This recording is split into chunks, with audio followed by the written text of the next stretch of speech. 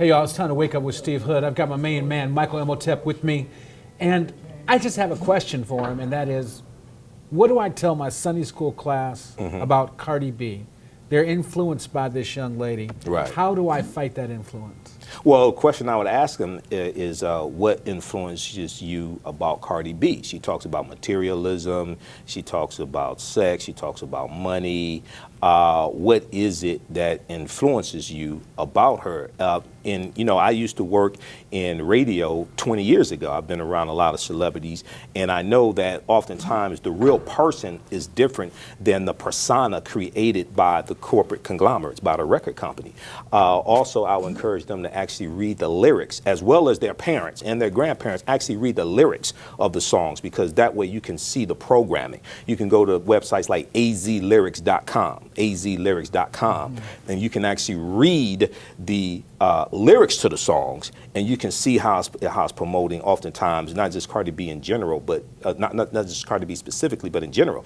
Our songs, especially hip hop, are more likely to promote promiscuity, violence, consumption of drugs, alcohol. Is more likely to glorify criminality, things like this. This is not a wholesale indictment of hip hop artists in general, but we can see this. We can see a distinct difference between that and the white artists that are on the same labels.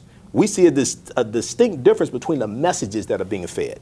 What happened to the Chuck D's of the world in Public Enemy? What happened to the African Bambatas? We don't hear that. Well, they're still around. They, in general, they don't have major record deals. What happened was late 80s, early 90s is known as the golden age of hip hop. And you have Ice-T, who comes out in about 1986, known as the original gangster rapper. You have 87, 88, you have NWA that comes out of California. And what's going to take place is that conscious hip hop was becoming too powerful. You had African-American students who wanted to go to historically black colleges and universities, or they wanted to go to college. They're being influenced by conscious hip-hop. We're hearing messages from Malcolm X. We're hearing messages from Minister Farrakhan into this, in the music. At the same time, you have the Afrocentric movement with people like Dr. Leonard Jeffries that's rising as well. And we have the sit-ins taking place across the country at predominantly white universities, just like Wayne State University. And what were they sitting in for? African-American students. They wanted the Africana Studies department, okay? They're being fueled by conscious hip hop. So this movement was becoming too powerful, and there was a concerted effort to hijack it and send it in a different direction. So then we see the rise of gangster rap, which is designed to promote death, promiscuity, all these negative images. Objectification of women. Objectification of women, all these negative images to our children. You could see a distinct change in the music videos. If you go on YouTube, 1993, Rex in Effect has the Rump Shaker video. If you watch that video, you'll see that they're on the beach, bikinis, but it's not the objectification of women like you see in videos today. You don't see money falling from the sky. You don't see the whole promotion of alcohol, things like this.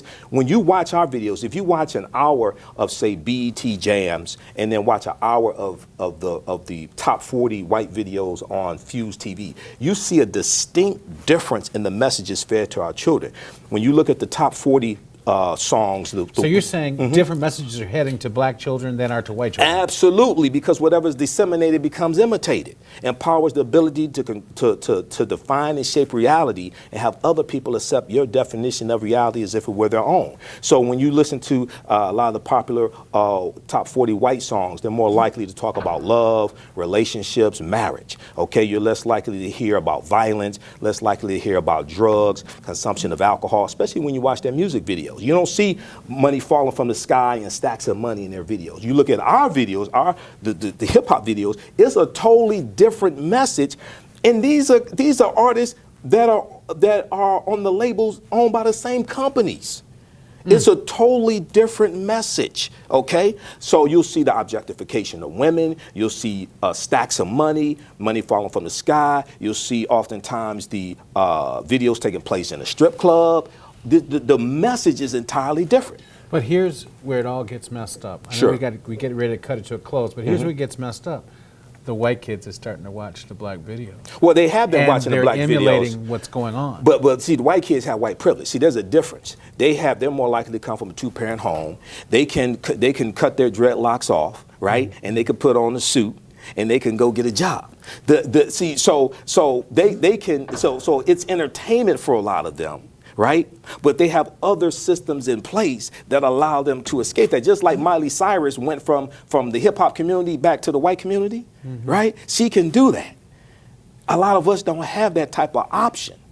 Okay, so it's different. It's different for us. Michael, where can people hear more from you? Visit AfricanHistoryNetwork.com, AfricanHistoryNetwork.com, and we have the podcast, information about our radio show, all that information, AfricanHistoryNetwork.com. And on social media, just search for Michael Imhotep, Imhotep. All right. Thank you for waking up with Steve Hood. Hey, thanks for letting people wake up with Steve Hood. All right. Wake up, ladies and gentlemen.